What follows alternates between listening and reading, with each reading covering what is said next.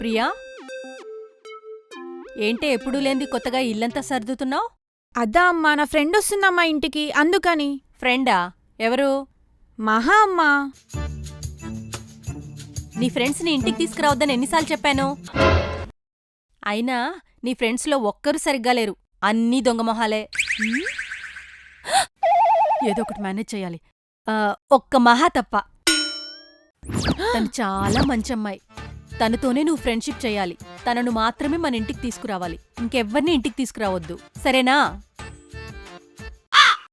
మహా, ఎప్పుడొచ్చావమ్మా? ఇదిగో ఇప్పుడే వచ్చానంటీ, మీరు నా గురించి చెప్పేప్పుడు.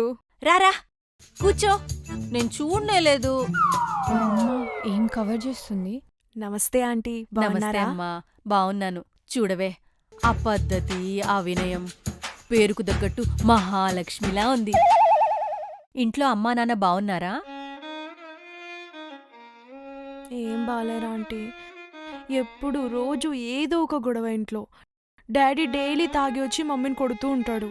రీసెంట్గా డివోర్స్కి కూడా అప్లై చేశారు. ఏమవుతుందో ఏమో చూడాలి. అయ్యో,